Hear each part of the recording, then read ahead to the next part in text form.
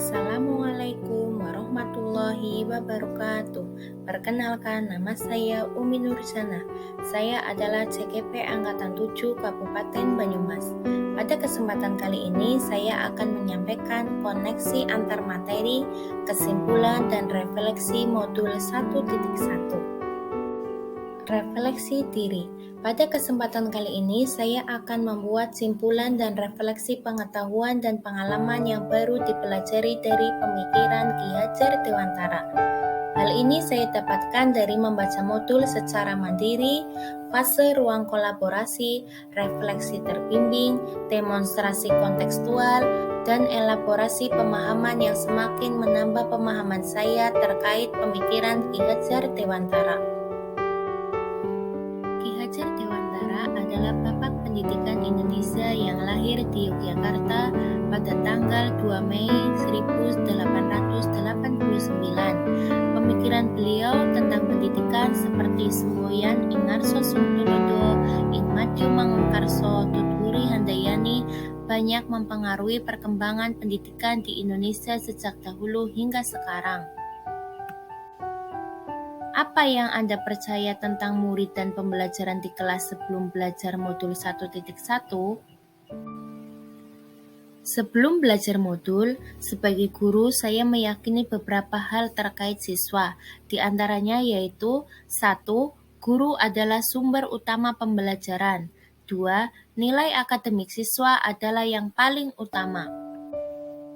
3. Sebagai guru, saya harus mampu mentransfer ilmu kepada peserta didik secara klasikal, di antaranya melalui metode ceramah, diskusi, dan tanya jawab.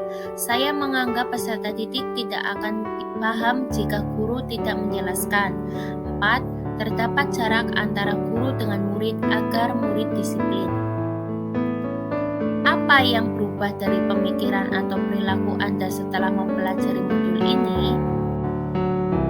Banyak hal yang saya pelajari tentang konsep pendidikan Ki Hajar Dewantara melalui modul 1.1 Refleksi Filosofis Pendidikan Ki Hajar Dewantara. Konsep-konsep pendidikan Ki Hajar Dewantara memberi pengaruh cukup signifikan terhadap pemikiran saya, di antaranya yaitu 1. Pengajaran tidak sama dengan pendidikan. Pengajaran itu merupakan salah satu dari pendidikan. 2. Seorang pendidik harus menuntun segala kodrat yang ada pada anak agar mereka dapat mencapai keselamatan dan kebahagiaan yang setinggi-tingginya, baik sebagai manusia atau anggota masyarakat. 3. Mengibaratkan diri sebagai seorang petani. Kita dapat mengibaratkan diri sebagai petani dan anak didik sebagai benih. Misalkan benih padi, kita sebagai petani hanya dapat menuntun tumbuhnya padi. Kita dapat memperbaiki kondisi tanah, memelihara tanaman padi, memberi pupuk dan air, membasmi ulat atau jamur yang mengganggu, tetapi kita tidak dapat mengganti kodrat padi. Kita tidak bisa memaksa padi tumbuh seperti jagung. Menurut Ki Hajar Dewantara, ada 3 prinsip untuk melakukan perubahan, 3 asas trikon, yaitu kontinuitas, konvergensi, dan konsentris. Kontinuitas adalah ketika belajar kita harus berkelanjutan, tidak boleh melupakan budaya dan sejarah dalam melakukan perubahan. Konvergensi adalah pendidikan harus memanusiakan manusia dan memperkuat nilai kemanusiaan. Konsentris adalah pendidikan harus menghargai kebersamaan dan memerdekakan pembelajar.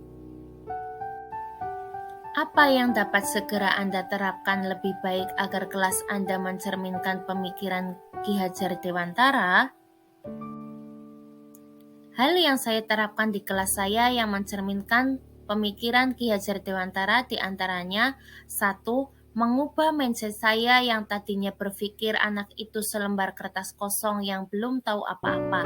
Saya harus meyakinkan diri saya bahwa setiap anak lahir mempunyai kompetensi sendiri-sendiri.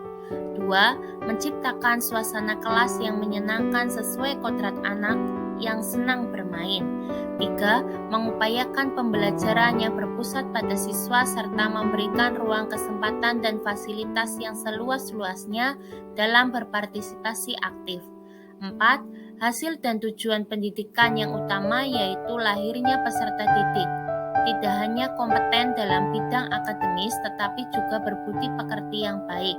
5. Menerapkan semboyan ing ngarso sung tulodo, ing madyo mangun karso, tuturi handayani.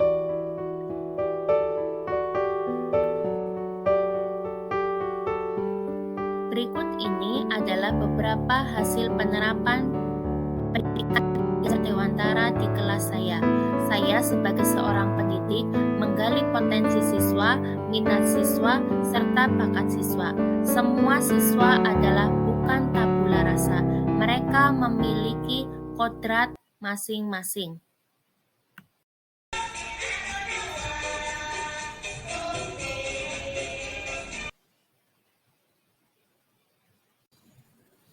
Demikian yang dapat saya sampaikan. Terima kasih. Wassalamualaikum warahmatullahi wabarakatuh.